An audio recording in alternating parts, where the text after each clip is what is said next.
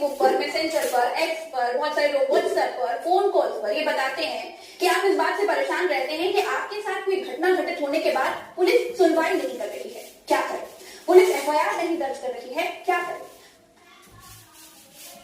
अगर पुलिस वाला दूसरे पक्ष से घूस खाकर आपके खिलाफ जबरन मामला बना रहा है तो क्या करें?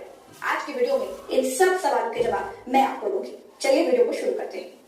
दोस्तों, सबसे पहले तो ध्यान रखिए कि कोई भी घटना घटित होने के बाद जब आप पुलिस स्टेशन जाते हैं तो वो आपसे शिकायत पत्र या जिसको एप्लीकेशन कहा जाता है वो मांगते हैं। आपके साथ क्या क्या हुआ उसे आपको लिख कर देना होता है। कई थानों में दबाव बनाया जाता है कि टाइपराइटर से लिखवा करके लाइए या फिर कंप्यूटर से लिखवा करके लाइए। ऐसा नहीं है, आप अपने हाथ से, अपने पेन से अपनी शिकायत एक A4 साइज पेपर पर लिख करके दे सकते हैं। इसे कोई भी डिनाई नहीं कर सकता है। दूसरी बात यह है दोस्तों कि आपको एफआईआर और शिकायत दोनों में अंतर समझना होगा। एफआईआर और शिकायत दोनों ही अलग अलग होती है। चोरी, लड़ाई, झगड़ा या धमकी जैसे अपराध के मामलों में पहले शिकायत दर्ज की जाती है। इसके बाद पुलिस जांच पड़ताल करती है। पुलिस अपने स्तर पर मामले को सुलझाने की कोशिश करती है।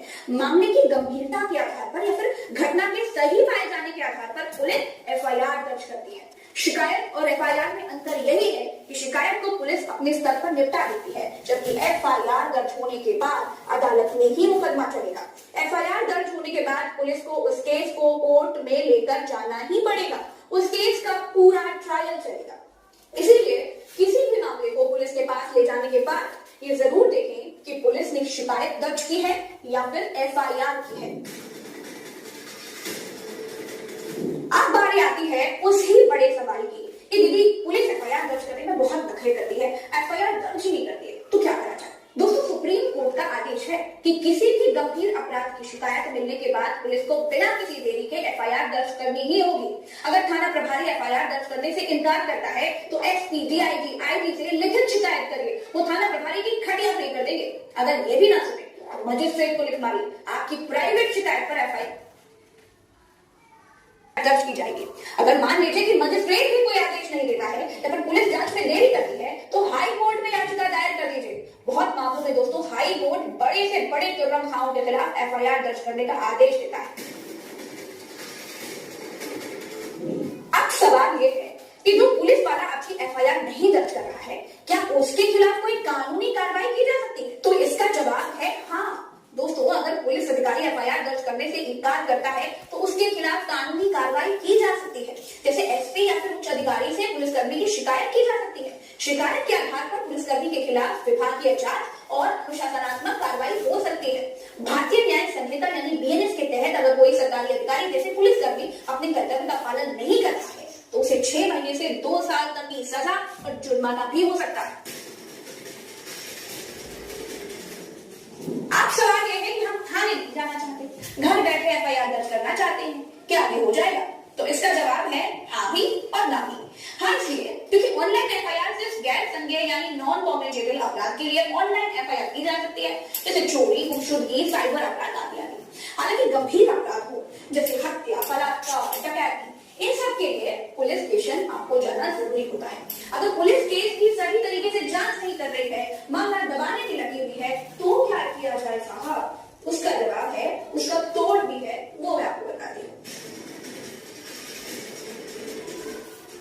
देखिए, ऐसी स्थिति में संबंधित थाना प्रभारी एसएचओ से बात करें और उन्हें समस्या बताएं। अगर समाधान ना मिले तो एसपी, एसएसपी से संपर्क करें। राज्य के डीजीपी को लिखित शिकायत भेज सकते हैं। इसके अलावा राष्ट्रीय मानवाधिकार आयोग या फिर राज्य मानवाधिकार आयोग में शिकायत की जा सकती है, या फिर आप मुझे भी जनता की अदालत uc@gmail.com पर पूरी समस्या अपने मोबाइल नंबर के साथ लिख कर भेज सकते हैं। मैं अपने स्तर पर भी दिखाने की कोशिश और आपकी मदद करने की कोशिश और आपकी बात पुलिस तक पहुंचाने की कोशिश कर सकती हूँ।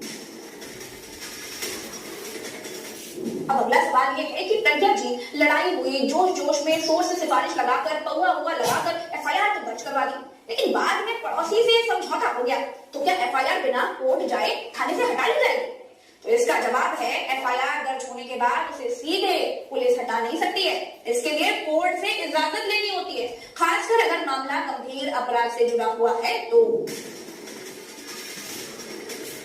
बहुत लोग पूछते हैं उनको एफआईआर की कॉपी नहीं दी गई तो पैसा लेकर के दी गई, क्या एफआईआर की कॉपी के लिए कोई फीस लगती है? तो इसका जवाब है कि एफआईआर दर्ज होने के बाद पीड़ित को उसकी एक कॉपी मुफ्त में मिलती है। इसका कोई शुल्क नहीं लगता है, आपको किसी तरह का कोई पैसा अपराध थाने में बिल्कुल देना नहीं होता है। ये पूरा का पूरा प्रोसेस बिल्कुल फ्री होता है।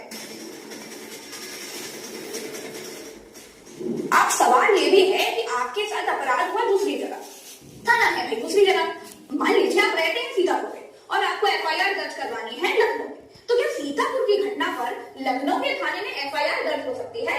तो इसका जवाब हाँ और इसका जवाब है नहीं। दोस्तों एफआईआर उसी जगह के पुलिस थाने में दर्ज करनी होती है जहां अपराध हुआ है, लेकिन कई मामलों में जीरो एफआईआर की सुविधा भी होती है, जैसे बलात्कार जो किसी भी थाने में दर्ज की जा सकती है और बाद में संबंधित थाने में वो ट्रांसफर हो जाती है। तो मुझे लगता है कि सारा प्रोसेस आपको समझ में आ गया होगा। आपको कोई भी दिक्कत लगे या कोई भी आपके मन में सवाल हो तो आप हमें कमेंट पे बता सकते हैं। मैं आप सबकी राय जरूर पढ़ती हूँ और अगर आपको कोई भी मदद चाहिए तो जनता की अदालत ये आपके लिए ही हम शो लेकर के आए हैं जिसमें आपकी समस्या हम उठाते हैं। तो इसका ईमेल नोट कर लीजिए, जनता की अदालत uc@gmail.com। इस पर लिख करके आप हमें अपनी समस्या बता सकते हैं। हम ऊपर तक पहुंचाने की या फिर सरकार तक पहुंचाने की कोशिश करेंगे। हमारे स्तर पर जो भी हो पाएगा हम जरूर करेंगे। तब तक के लिए दीजिए इजाजत। राम राम, दुआ सलाम, जय हिंद।